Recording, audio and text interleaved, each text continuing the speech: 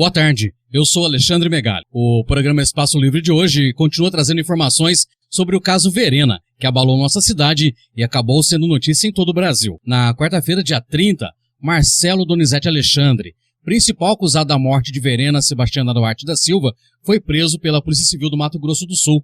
A prisão foi graças à colaboração de policiais civis de Minas Gerais. O acusado foi recambiado para a comarca de Ouro Fino e chegou no começo da noite de quinta-feira, dia 31.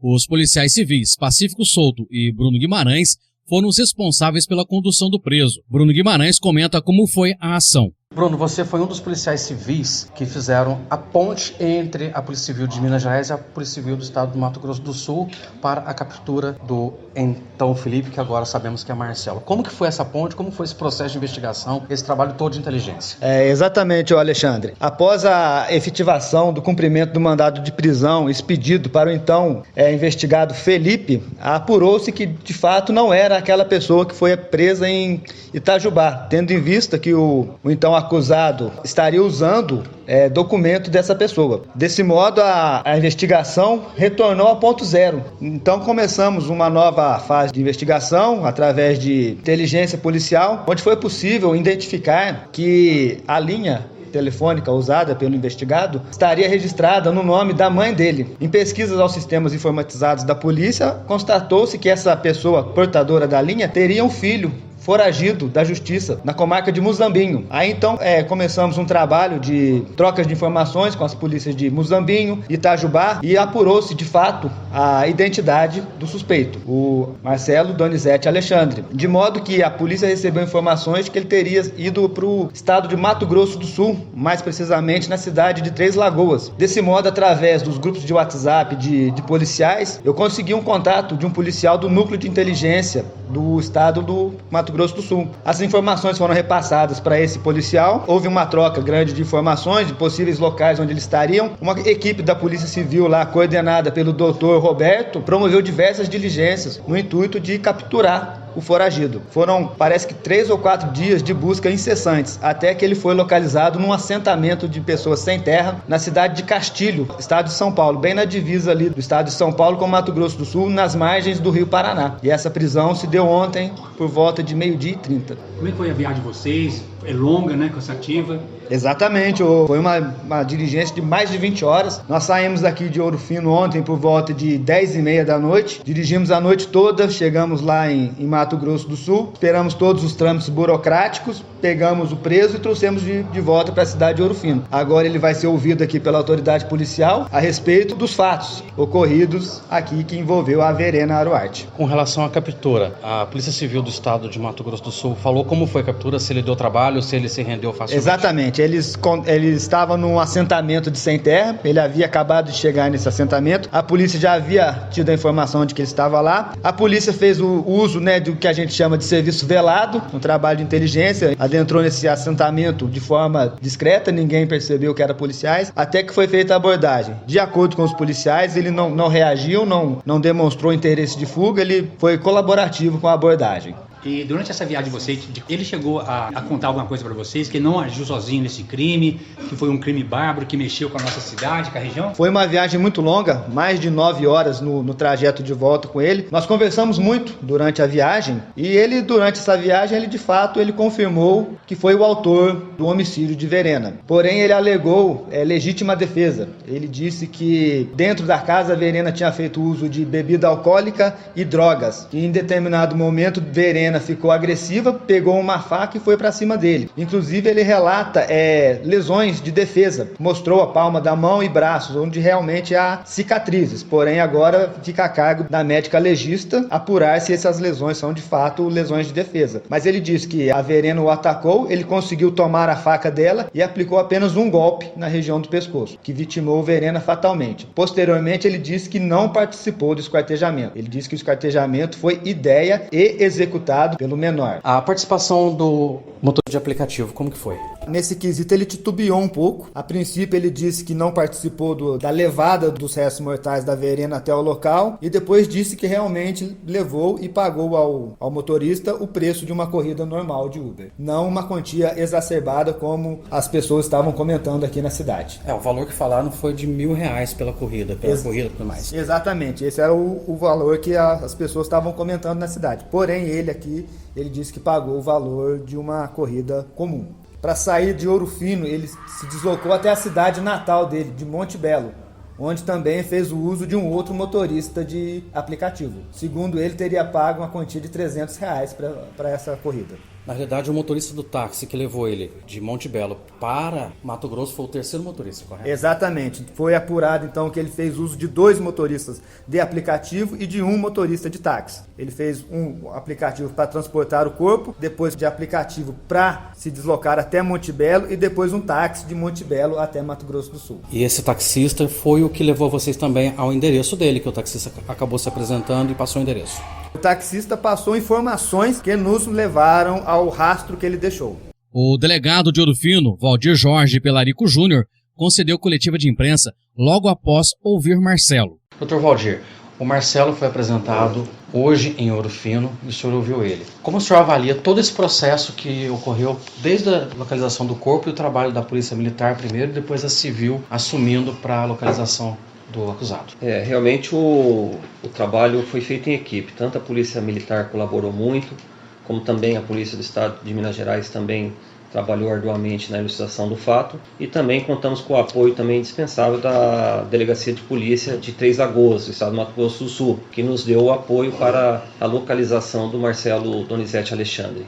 E assim ele foi capturado ontem à tarde, lá na cidade de Três Lagoas. Aí mandamos uma equipe da Delegacia de Polícia de Ouro Fino, foi lá para Três Lagoas, o Pacífico e também o Bruno Guimarães, fazer o recaminhamento dele para a cidade de Ouro Fino. E aqui, agora, nesse momento, acabamos o interrogatório dele. Ele foi encaminhado nesse momento então para o presídio de Ouro Fino. Ele vai ficar à disposição da Justiça em Ouro Fino ou ele vai ser encaminhado para outro presídio? Bem, ele possui 2 mandados de prisão. Um expedido pela comarca de Ouro Fino e outro expedido pela comarca de Muzambinho. Todavia, ele está sendo agora recolhido para o presídio regional de Ouro Fino e estará à disposição da Justiça da comarca de Ouro Fino, como também à disposição da comarca de Muzambinho, ao juiz criminal da comarca de Muzambinho. O procedimento agora é com o judiciário. Na verdade é o seguinte, as investigações não terminaram ainda. Nós temos ainda que complementar o inquérito policial. Por quê? Porque temos também várias diligências a serem feitas, temos que ouvir várias pessoas dentro do inquérito policial, temos que também juntar vários laudos periciais também, tanto do Instituto de Criminalística como também do IML, e assim analisaremos todos esses documentos, todos esses laudos periciais para posteriormente fazermos o relatório e encaminhar ao juízo criminal. E para isso eu acho que tem um prazo, né, desse inquérito. O prazo do inquérito, o prazo legal para um crime como esse, um crime de homicídio acumulado com ocultação de cadáver, o prazo é de 10 dias a partir da prisão. Então, nós teremos 10 dias a partir de hoje para apresentar o relatório à Justiça Criminal. Doutor, agora com relação principalmente à identidade, né, que todo mundo chamava ele de Felipe, na verdade ele chamava Marcelo.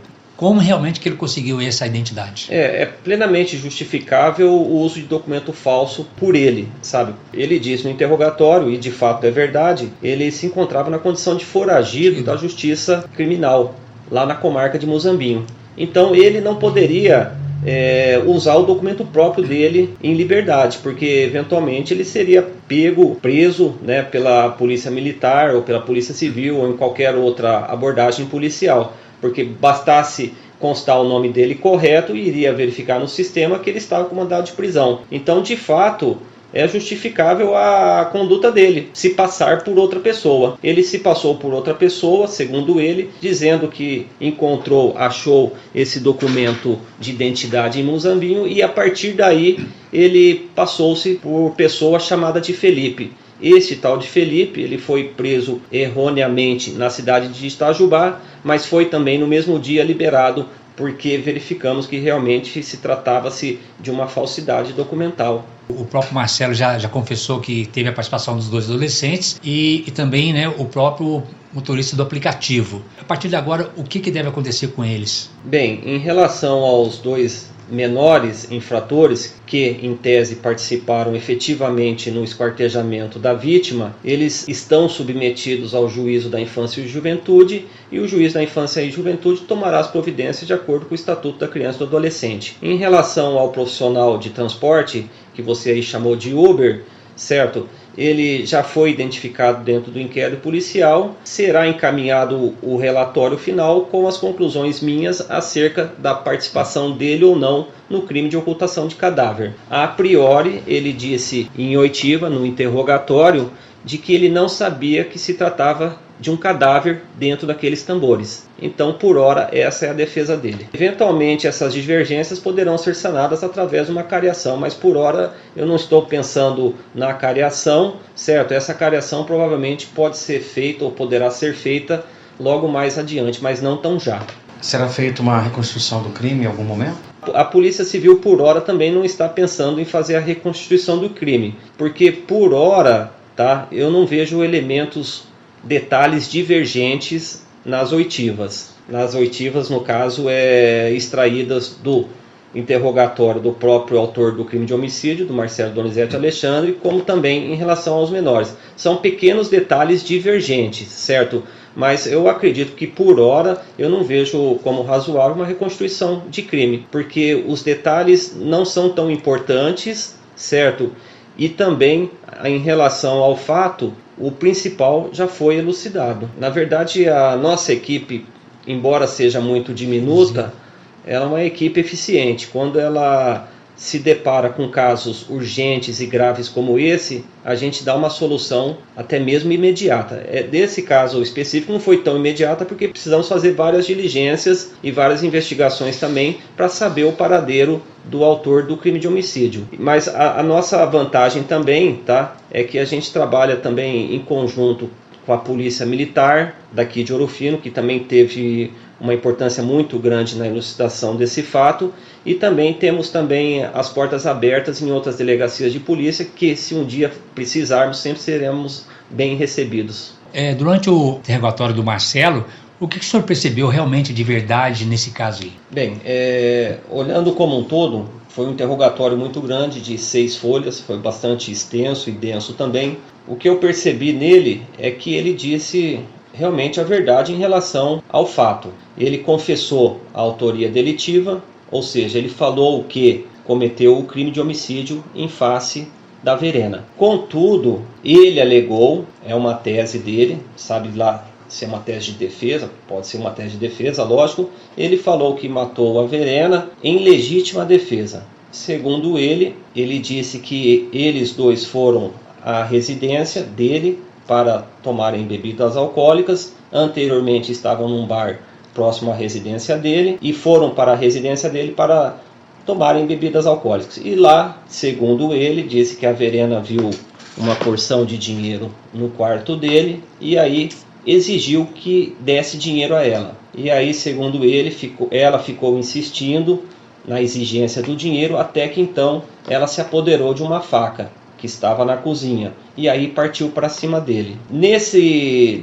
entreveiro, ela com a faca, ele tentando se defender, ele disse que acidentalmente a faca foi em direção ao pescoço dela e aí imediatamente ela sangrou muito e caiu ao chão e ele percebeu que ela já estava morta. Segundo ele, conforme o interrogatório, logo que aconteceu, ele disse que ficou muito abalado emocionalmente e aí telefonou para o filho de uma namorada e contou para ele o que havia acontecido. Disse que tinha acontecido uma coisa muito grave e esse filho da namorada se encarregou de desaparecer com o corpo. Segundo ele, não foi a ideia dele, do interrogado, do Marcelo Donizete Alexandre, proceder ao esquartejamento. Inclusive, ele disse no interrogatório que ele não colocou a mão no corpo após ela ter caído ao chão. Disse que foi ideia exclusivamente do filho da namorada, o menor de idade, e o outro menor de idade auxiliou o jovem no esquartejamento da vítima. Ou seja, ele só cometeu o assassinato, ele só matou ela no calor da briga e depois toda a parte de ocultação, desmembramento foi responsabilidade dos menores. Perfeito, foi isso que ele disse. Ele confessou a autoria do crime de homicídio. Ele confessou, mas ele disse que agiu em defesa, em legítima defesa. É uma tese dele, que será avaliado pela justiça. Só que ele colocou um porém, que o esquartejamento não foi ideia dele e ele não auxiliou no esquartejamento da vítima Verena. E aonde que entra realmente o motorista do aplicativo? Bem, segundo ele também no interrogatório, em tese ele apenas chamou o motorista do transporte, do aplicativo, o vulgarmente conhecido como Uber, para ir até a casa dele. O Uber foi até a casa dele, em seguida foi para a casa do menor de idade, filho da namorada. Aí lá na casa do filho da namorada já estava o outro menor também. E aí pegaram um tambor de cor azul, colocaram dentro do Uber e voltaram para a residência onde estava morta a Verena. Aí lá ocorreu o esquartejamento da Verena, colocaram num tambor, só que precisava de um outro tambor. Aí o Uber foi novamente acionado para ir até a casa do menor de idade para colher um outro tambor, porque existia ainda uma parte do corpo a ser ocultada dentro do tambor. Aí voltou o Uber.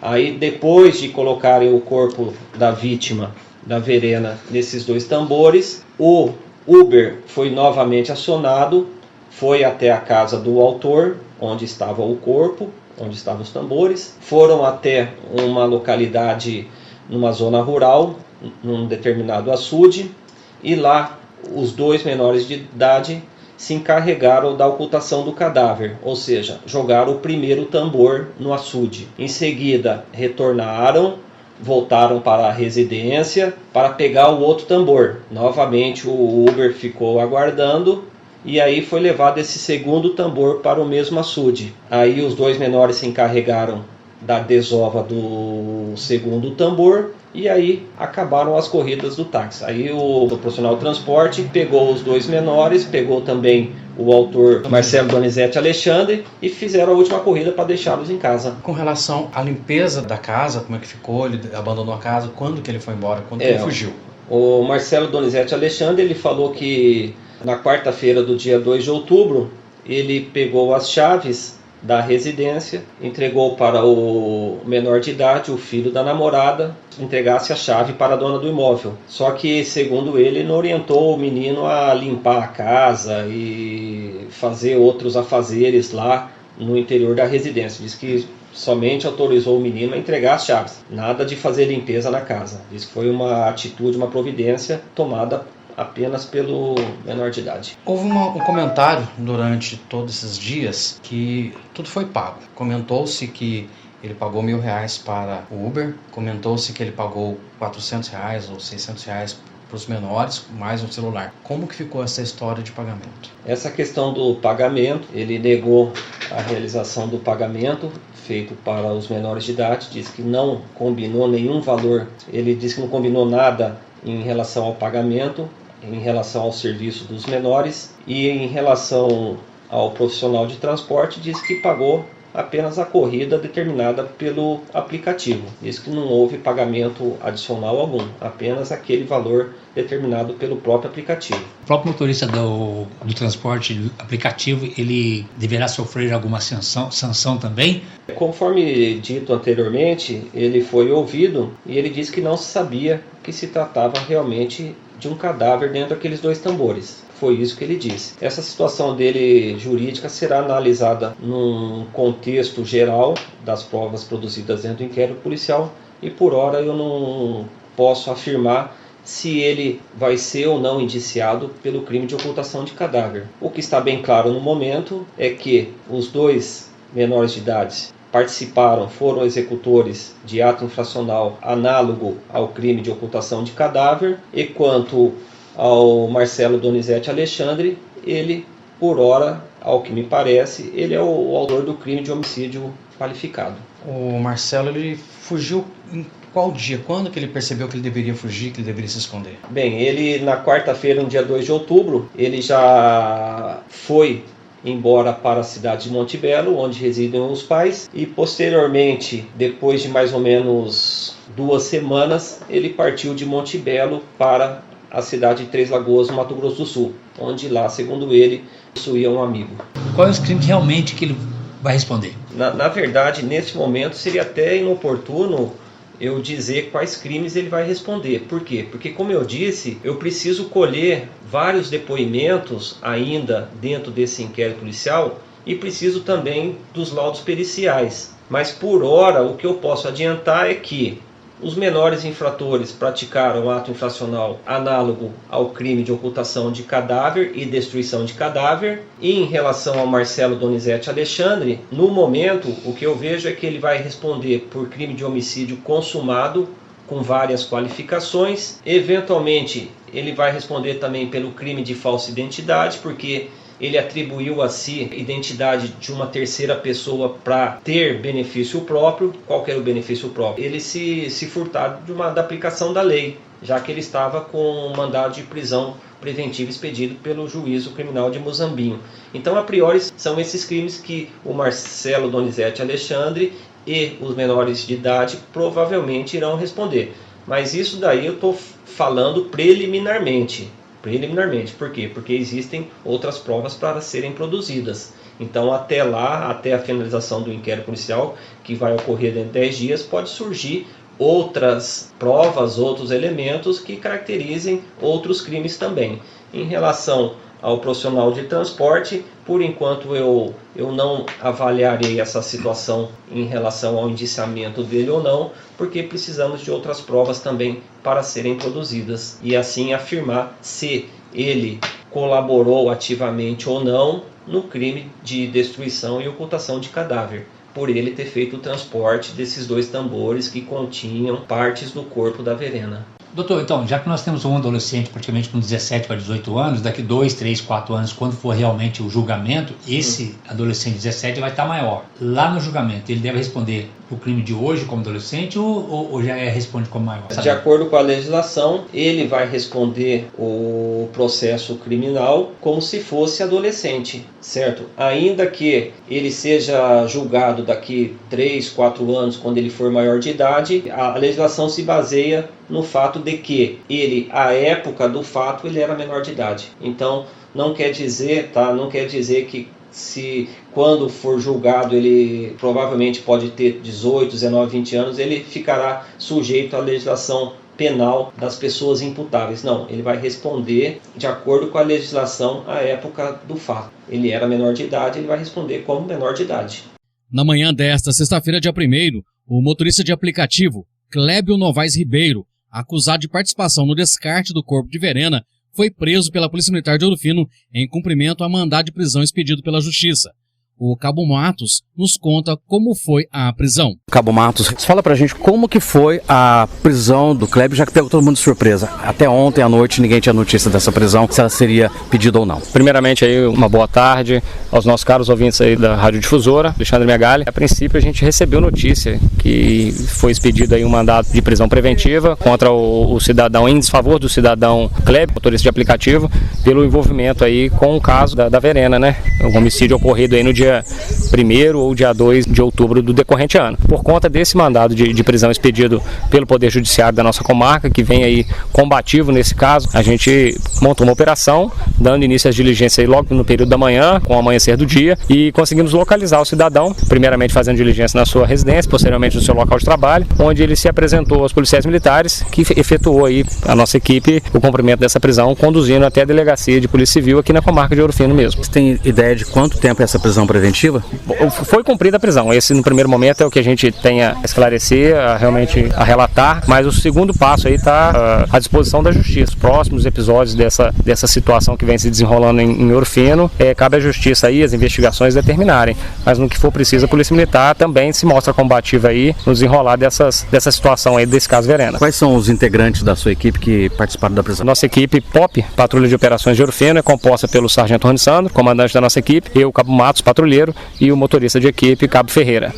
O delegado de Ouro Fino, Valdir Jorge Pelarico Júnior, nos recebeu nesta manhã para atualização do caso referente à prisão do motorista do aplicativo. Dr. Valdir, com relação à prisão do motorista do aplicativo, que até na data de ontem nós não tínhamos conhecimento se ela ia ser pedida ou não, hoje cedo foi cumprido o mandato para ele. Como que ocorreu essa prisão? Bem, hoje pela manhã a Polícia Militar veio trazer aqui o motorista de transporte, o Clébio Novaes Ribeiro. O juízo da 2ª Vara Criminal decretou ontem no final da tarde a prisão preventiva dele. Então agora vai ficar à disposição da Justiça. Essa prisão preventiva tem um prazo? Ele tem um prazo para ficar preso? Ele pode ser solto a qualquer momento? Não, a priori a prisão preventiva ela não tem um prazo legal estipulado pela legislação e ele já está à disposição da Justiça. Estamos agora fazendo os procedimentos administrativos para o encaminhamento dele ao presídio e até o final da tarde informaremos ao juízo acerca da efetivação da prisão do motorista. O programa Espaço Livre de hoje trouxe as últimas informações sobre o caso Verena. Na sequência, você confere as oportunidades de emprego e logo após vem o PH com o programa Vale Tudo. Boa tarde a todos e bom fim de semana.